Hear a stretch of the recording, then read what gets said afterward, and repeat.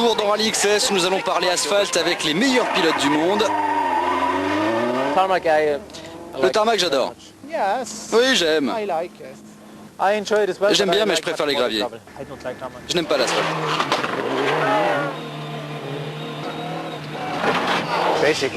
En fait, c'est une auto complètement différente. Je veux dire par là que toute la suspension est différente. Les hauteurs de caisse sont très différentes, les ressorts sont 2 fois plus durs pour l'asphalte que pour le gravier. On a affaire à une voiture complètement différente. Sur asphalte, les voitures n'ont beaucoup moins de garde-sol, elles sont beaucoup plus basses et les suspensions sont beaucoup plus dures. Nous avons aussi des réglages de différentiel très différents entre le gravier et le tarmac.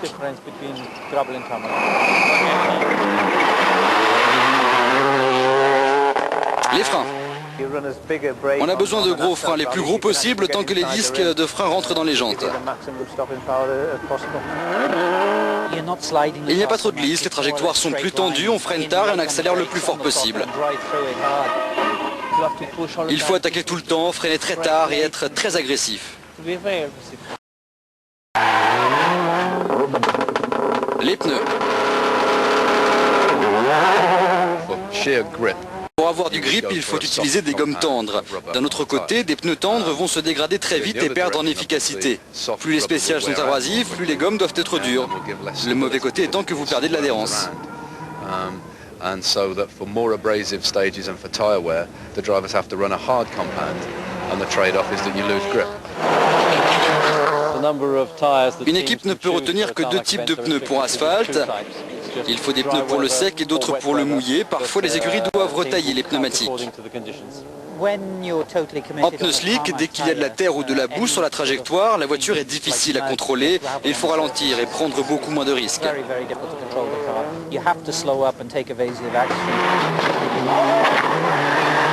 La technique de pilotage. Étant donné que toutes les voitures sont proches en termes de puissance, ce qui fait la différence sur asphalte est la qualité du pilote et de ses trajectoires.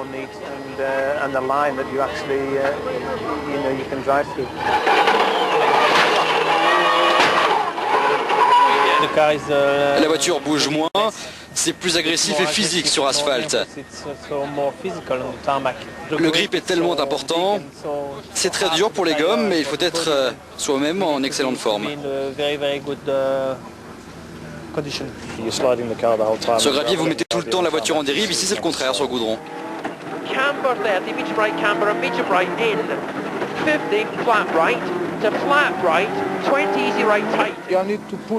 Il faut dépasser ses limites et bien sûr, si vous faites une erreur, vous sortez très fort.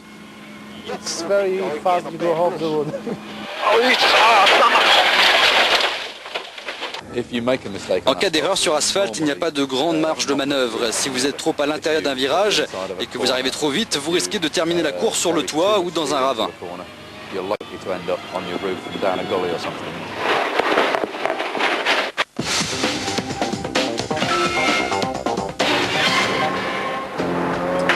Pour la première fois, Rally XS se penche sur l'âme des WRC, un peu de technique donc.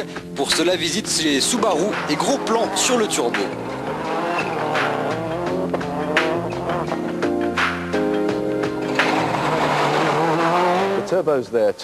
Le turbo a pour rôle de forcer l'air dans le moteur. Il se trouve ici sur notre voiture. Dans la 2001, il est derrière le moteur. Voici la bride qui permet de contrôler la quantité d'air que peut avaler le moteur. C'est plus facile de voir à quoi cela sert si l'on jette un œil sur le banc. Voici le système de turbine et d'échappement. La turbine se trouve ici et alimente le moteur. Il y a ensuite le compresseur qui est connecté via l'intercooleur. Voici les conditions idéales pour apporter plus de puissance. L'air rentre par ici. C'est un peu gros, mais le principe est assez simple. La seule chose qui n'existe pas sur une voiture classique est le système anti-retour. The only thing you don't get on the road car is the anti-lag system. Il y a un élément qui permet au turbo de s'arrêter lorsque la pédale des gaz n'est pas enfoncée. C'est un peu le même principe que sur un moteur de jet. C'est un peu la même chose qu'une turbine. Il y a un système qui coupe le turbo lorsque l'accélérateur n'est pas enfoncé, mais qui tient la puissance à disposition dès que le pilote appuie dessus. so that the boost is there and available for the driver as soon as he opens the throttle.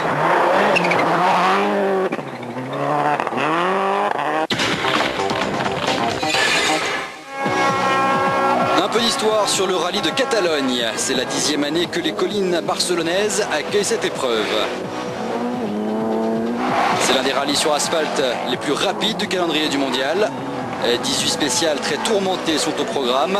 La vitesse moyenne est de 93 km/h. Erreur à proscrire.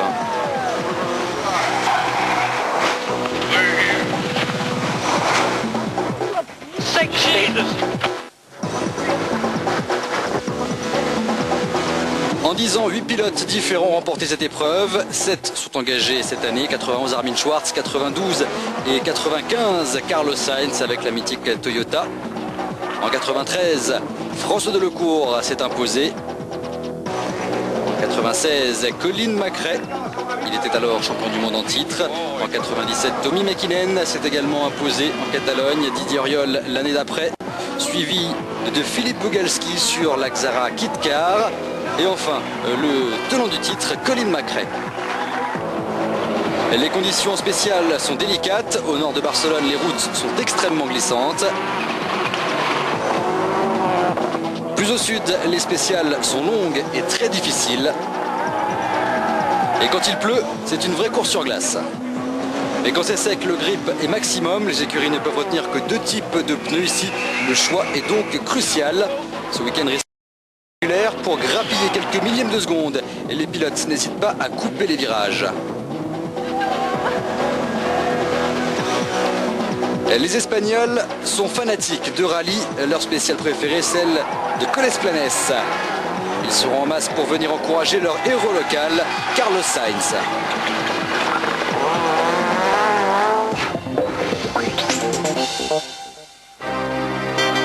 Nom Carlos Sainz, nationalité espagnole, nombre de rallyes mondial à son actif, 141. Nombre de victoires, 23. C'est un pilote extrêmement polyvalent. Aussi rapide sur asphalte que sur gravier. Quand j'ai débuté, j'entendais dire Carlos pourrait être un bon pilote sur asphalte, mais il n'y a qu'un rallye en Espagne, alors pourquoi l'engager? Ça m'a fait beaucoup de mal à l'époque. Et je me suis promis qu'un jour, je serai rapide partout. L'Espagnol y est parvenu puisqu'il a remporté à peu près toutes les manches inscrites au calendrier du mondial, sauf la Suède. Double champion du monde en 90 et 92. Tous ses succès, il les a partagés aux côtés de son copilote, Luis Moya.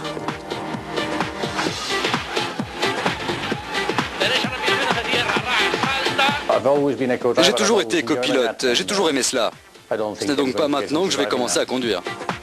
En 13 ans, ce duo a tout connu, Subaru, Ford et peut-être la plus reconnue des voitures de rallye, la Toyota. Nous avons été 2 fois champions, 4 fois seconds et 2 fois troisième. C'est une bonne moyenne et nous en sommes ravis. Nous aurions pu en gagner plus, mais on aurait aussi pu en perdre d'autres. Ça fait partie de la course. Parfois vous avez de la chance, parfois vous en avez moins. En football, quand le ballon se dégonfle, vous en prenez un autre. Mais en rallye, lorsque la voiture casse, vous rentrez chez vous car c'est terminé.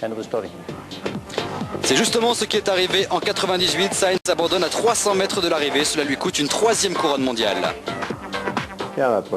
Ah, c'était le pire moment de ma carrière. C'est difficile de s'imaginer qu'une chose pareille puisse arriver.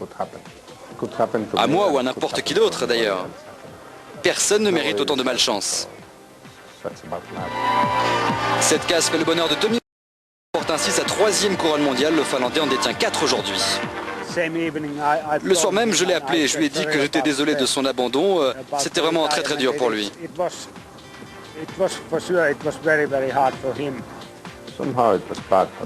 C'était dur, mais j'ai appris de cette expérience qu'il n'y avait pas que le rallye dans la vie. Et donc, cela a été. J'ai récupéré. Et depuis, je fais mon travail le mieux possible. Et je reste aussi motivé que jamais.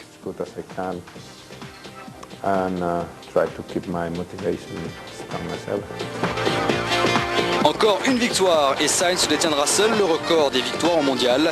C'est peut-être pour cette saison.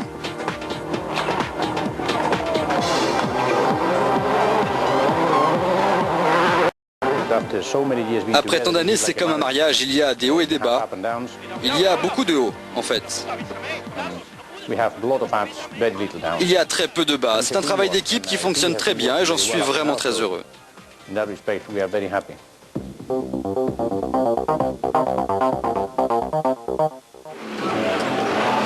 Quelques news, les USA semblent désireux d'organiser une épreuve du mondial. Récemment a eu lieu le Cherokee Trails Rally au Tennessee. Cette épreuve pourrait devenir une épreuve du championnat du monde. Le rallye a attiré un plateau très international, dont le futur vainqueur britannique, Tuthill.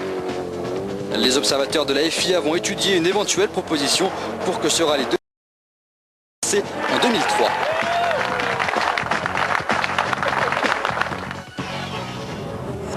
Le rallye de Catalogne donne le coup d'envoi de la Coupe Super 1600, une compétition permettant aux jeunes talents d'en découdre sur les pistes du mondial et pourquoi pas de bénéficier à terme d'un baquet en WRC.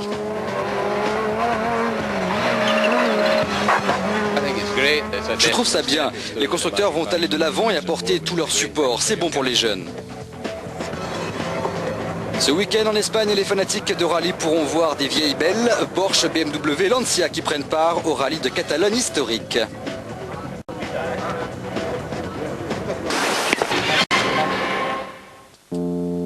Retour dans Rallye XS. En Catalogne, Citroën effectue son retour en mondial. Après les célèbres DS, Citroën est revenu au plus haut niveau avec l'Exara. La version 2 litres ou kit car, c'est-à-dire 2 roues motrices, avait fait mordre la poussière au WRC en 99, ici même en Catalogne. Le programme pour cette saison est très allégé, l'écurie est tout de même en confiance. Nous ferons 4 rallyes cette année. Si nous parvenons à en gagner un, ce sera un bon résultat pour Citroën.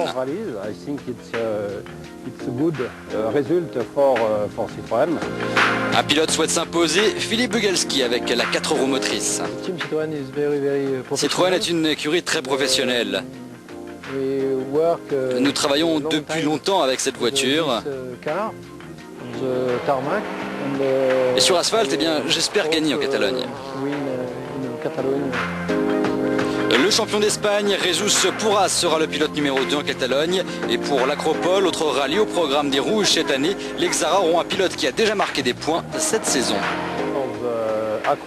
En Grèce, à l'Acropole, nous aurons Bugalski bien sûr et Thomas Rothström. Je suis sûr que Thomas est excellent sur gravier. Bugalski, victorieux en 99 en Catalogne, a beaucoup travaillé sur la Xara 4 roues motrices pour en faire une WRC qui s'annonce déjà redoutable. Citroën et Peugeot sont liés commercialement, mais sur le terrain, cela reste une autre histoire. Peugeot et Peugeot, Citroën et Citroën. On sera en compétition contre eux comme avec Mitsubishi ou Ford. 7 rallyes seront au programme de Peugeot la saison prochaine, avant une participation complète en 2003. C'est mieux pour nous de procéder par paliers, progressivement. J'espère quand même que nous serons en mesure de gagner toutes les manches. Mais bien sûr, c'est impossible, et ce n'est pas réaliste.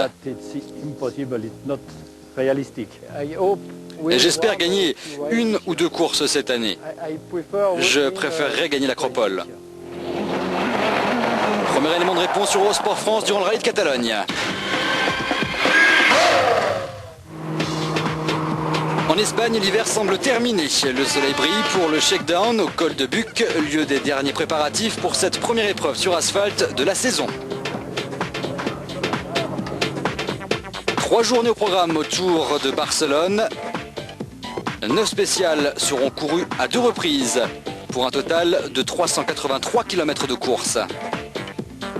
6 spéciales pour la première étape, dont la plus courte de l'épreuve, la Trona, à peine moins de 13 km, deuxième journée où les spéciales mettront à l'épreuve l'endurance des WRC, des spéciales beaucoup plus longues, et la dernière journée avec 5 spéciales dans le nord de Barcelone. En tête du classement pilote et constructeur, Mitsubishi. Mäkinen réalise l'exploit de remporter 2 manches sur 3 avec la plus vieille auto du mondial. J'aime ces spéciales rapides. C'est un peu comme à San Remo. J'adore. Je l'ai remporté il y a quelques années, mais ensuite ça a été un peu plus dur. Je suis persuadé que cela sera encore difficile cette année. Malgré des problèmes d'embrayage au Portugal, Freddy Loax est satisfait des évolutions apportées à la Lancer. La voiture marche très fort. Nous avons de nouvelles suspensions, les mêmes qu'au Portugal. Cela marchait bien au Portugal, donc nous pensons que nous serons au même niveau en Espagne, et ce jusqu'à la fin de la course. Carlos Sainz est le seul pilote à avoir terminé à chaque fois sur le podium cette saison. Ses impressions. Et je ne peux pas me plaindre, je voudrais tout de même monter sur la plus haute marche du podium un de ces jours. C'est un bon début, mais je veux gagner.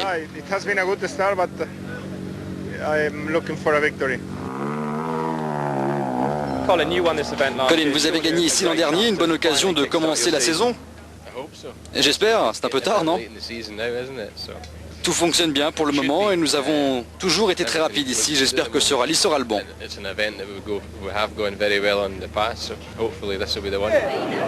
Les premiers points de Peugeot Grenoble me les a inscrits au Portugal, mais ici le champion du monde n'est pas nominé. Panizzi et Oriol sont chargés de prendre les points pour les 206.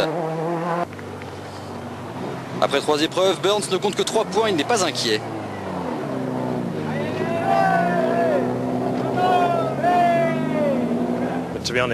Pour être honnête, les 3 premiers rallyes sont de l'histoire ancienne. Il en reste 11, autant d'opportunités de marquer des gros points. C'est ce que je vais essayer de faire dès maintenant. L'autre nominé chez Subaru, le jeune Norvégien Peter Solberg. Chez Hyundai, après les bons résultats de l'évolution 2 au Portugal, la confiance est à son paroxysme. Je pense que le résultat du Portugal était bien sûr très bon. En revanche, pour une première course sur asphalte avec la nouvelle voiture, nous sommes un peu à court d'essai, il faut bien le dire. Abandon dès le premier jour au Portugal chez Skoda, on souhaite redresser la barre. L'an dernier, vous aviez offert une première victoire de spécial à Skoda, et cette fois, ça serait bien de recommencer, mais nous n'avons pas gagné d'autres spéciales depuis. L'an dernier, les conditions étaient parfaites pour nous, c'était mixte, très glissant à certains endroits. J'aimerais qu'il pleuve, mais il ne semble pas que cela en prenne la direction. Nous verrons bien notre niveau sur asphalte sec. Tous les yeux en tout cas seront tournés vers Citroën et la paire Philippe Bogalski, Régis Pourras.